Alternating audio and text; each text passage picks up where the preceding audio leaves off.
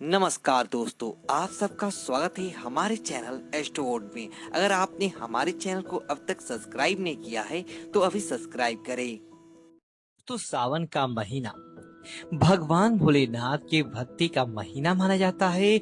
और सावन के महीने के अंदर जितना ज्यादा हो सके सारे कामों को त्याग कर अगर कोई भक्त विशेष तौर से भगवान भोलेनाथ को प्रसन्न करने के अंदर लग जाता है तो दोस्तों उसकी कुंडली के वारे न्यारे हो जाते हैं।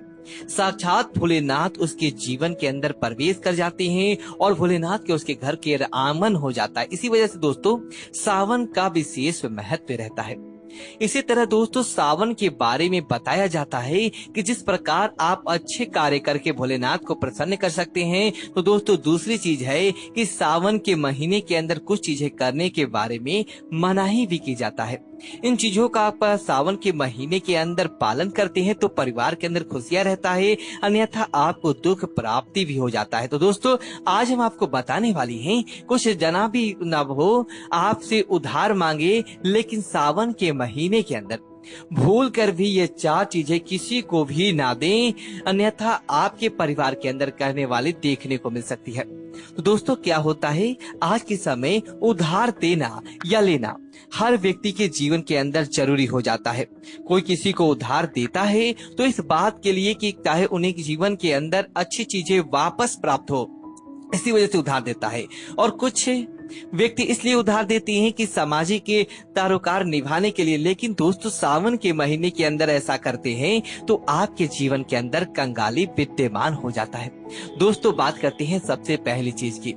दोस्तों सावन के महीने के अंदर सबसे पहली चीज तो यह है कि भोलेनाथ से जुड़ी किसी भी प्रकार की चीज आप किसी भी व्यक्ति को धार ना दे। जैसे कि दोस्तों भोलेनाथ से जुड़ी किसी भी प्रकार का फल, भोलेनाथ से किसी प्रकार का वस्त्र या भोलेनाथ से जुड़ी किसी या पूजे का सामग्री आप भूल से भी किसी को भी उधार या दान के तौर पर भी ना दे।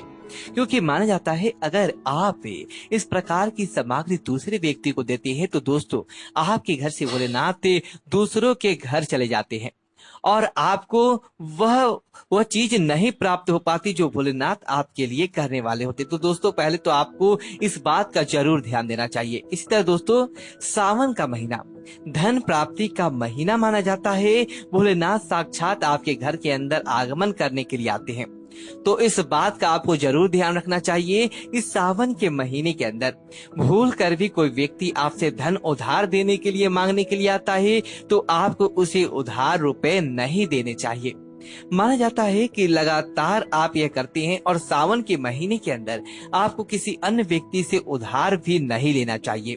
अगर दोस्तों सावन के महीने के अंदर ऐसी मान्यता है कि आप उधार देते हैं या लेते हैं तो दोस्तों वह धन आपका कभी भी लौट कर नहीं आता और जो आपने धन किसी अन्य व्यक्ति से लिया है वो कर्ज आपके ऊपर चढ़ता जाता है और वह कर्ज आपसे उतरता नहीं है। इसी वजह से ऐसा करने की मनाही की जाती है। तो इसी तरह दोस्तों सावन का महीना भगवान भोलेनाथ को दूध अभिषेक करने का, भगवान भोलेनाथ को दही अभिषेक करने का महीना माना जाता है और भगवान को सफेद चीजें चढ़ाई जाती है। लेकिन दोस्तों इस बात का ध्यान रखिए कि सावन के महीने के अंदर अगर भोलेनाथ को चढ़ाने के अलावा कोई व्यक्ति सुबह सुबह के समय आपसे उधार या आपसे दूध दही चाट संध्या काल के समय आपसे उधार मांगने के लिए ऐसे ही मांगने के लिए आ जाता है तो आपको भूल कर भी किसी भी अन्य व्यक्ति को नहीं देना चाहिए। आप भोलेनाथ को चढ़ाने के अलावा ऐसा कार्य करते हैं तो आप दोस्तों आप समझ लीजिए कि आपके घर की लक्ष्मी दूसरों के घर चली जाती है और साक्षात भोलेनाथ के क्रोध का भी आपको सामना करना पड़ता है।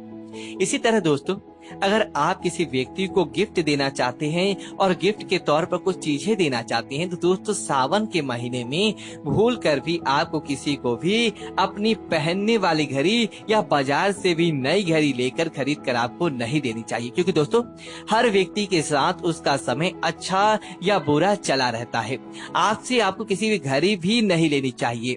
अगर किसी भी व्यक्ति का समय अच्छा है या फिर आपका भी समय अच्छा चल रहा है और आप किसी अन्य व्यक्ति को अपना समय दे देते हैं तो दोस्तों आपका आने वाले समय के अंदर अच्छे परिणाम देखने को नहीं मिलते हैं। तो दोस्तों इस बात का आपको जरूर ध्यान रखना चाहिए। इसी तरह दोस्तों सावन के पवित्र महीने के अंदर आपको कुछ चीजें हैं जो आपके घर के समृद्धि से जुड़ा होता है, वह आपको किसी को भी उधार नहीं देनी चाहिए, वो भी संध्या काल होने के बाद। जैसे कि दोस्तों कोई आपसे लहसुन, प्याज, दूध, दही मांगने के लिए आता है, तो दोस्तों जो सूर्य उदय होता है सावन के समय सुबह सुबह या सूर्य अस्त हो जाता है उस समय, ये दोनों समय के अंदर आपको वह घर की समृद्धि दूसरों को भूल कर भी नहीं देनी चाहिए। माना जाता है कि अगर आप ऐसा करते हैं तो आपके घर की समृद्धि पूरे घर चल जाती है और आपको उसका अच्छा परिणाम देखने को नहीं मिलता है।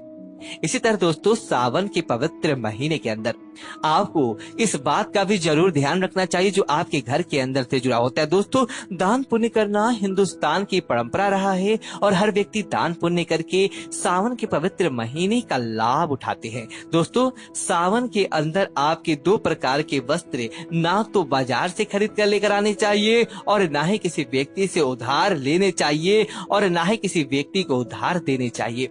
इसके अंदर दोस्तों पहली चीज होता है काले वस्त्र, दोस्तों सफेद वस्त्र। एक तो हम दोस्तों सफेद वस्त्र इसी भी सुहागिन महिलाओं को दोस्तों विशेष ध्यान रखिए, सुहागिन महिलाओं के लिए कि आप भूल कर भी किसी भी सुहागिन महिला को सफेद वस्त्र उधार न या दान दक्षिणा के तौर पर ना दे।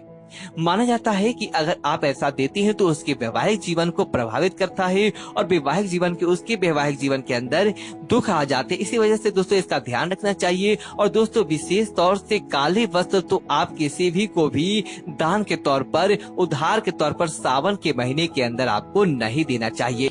मान्यता है कि अगर आप ऐसा देते हैं तो सामने वाले व्यक्ति के जीवन के अंदर कंगाली आ जाता है और देने वाले व्यक्ति के जीवन के अंदर भी राहु दोष लग जाता है और साक्षात भोलेनाथ उस व्यक्ति से क्रोधित होने लगते हैं। तो इस बात का आपको जरूर ध्यान रखना चाहिए। दोस्तों महिलाओं की आदत होती है जब रसोई के अंदर किसी प्रकार का सामान कम या ज्यादा होता है तो अपने आस पड़ोस के अंदर मांगने के लिए आ जाती है। लेकिन दोस्तों सावन का एक महीना ऐसा होता है जिस समय आप अपने घर की रसोई की चीजें किसी अन्य व्यक्ति को उधार या दान देते हैं तो आपके घर की समृद्धि दूसरों के घर चली जाती है, जिसके अंदर सबसे उच्च चीज है तरल चीज है। दोस्तों आपको भूल कर भी तेल, घी या फिर अपने घर की हल्दी, ये दोस्तों तीनों चीजें सौभाग्य की प्रतीक माना जाता है। जिस घर के अंदर ये चीजें होता है माना जाता है ये सावन के महीने के बाद उनके घर की समृद्धि बना रहता है। सावन के महीने के अंदर अपने घर से किसी को भी भूल कर भी तेल, घी इस प्रकार की चीजें आपको उधार ना तो देनी चाहिए और ना ही लेनी चाहिए। अगर आप ये गलती करते हैं तो देखते ही देखते आपके परिवार के ऊपर दुखद परिणाम देखने को मिल सकता है और आपके घर की समृद्धि दूसरों के घर चला जाता है। इसी तरह दोस्तों सावन का महीने के अंदर अगर आप किसी व्यक्ति को दान देने की सोच रही हैं तो आप नए कपड़े दे सकते हैं। काले और सफेद रंग को त्याग कर तो आपको अपने पहने हुए और अपने पुराने कपड़े भूल कर भी किसी को दान के तौर पर या पहने हुए कपड़े किसी को भी ऐसे ही नहीं देने चाहिए। माना जाता है अगर आप अपने पहने हुए कपड़े किसी अन्य व्यक्ति को देते हैं तो दोस्तों आपके पहने हुए कपड़ों के साथ आपकी समृद्धि जुड़ा होता है।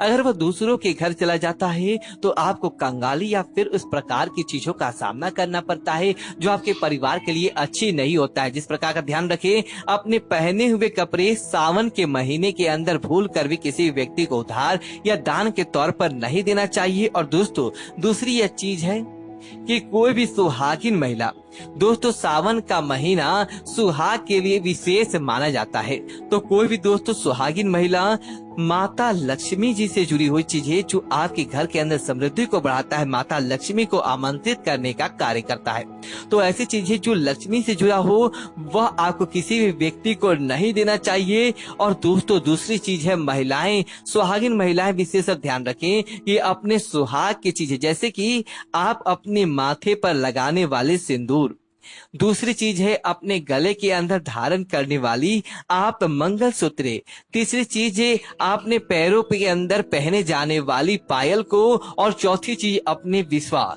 ये चीजें सुहाग की प्रतीक माना जाता है। और अपनी चूड़िया जो कि सुहाग की प्रतीक। या दोस्तों 5 चीजें आपको भूल कर भी किसी अन्य महिलाओं को ऐसे ही चाहे आपकी बहन ही क्यों ना हो पहनने के लिए नहीं देनी चाहिए और ना ही किसी अन्य महिला महिलाओं की पहनने के लिए आपको लेनी चाहिए। इस बात को आपको ध्यान रखना है दोस्तों, निश्चित तौर पर आपकी इसका प्रभाव देखने को मिल जाएगा और देखते ही देखते भोलेनाथ की विशेष कृपा भी आपको देखने को मिलेगा।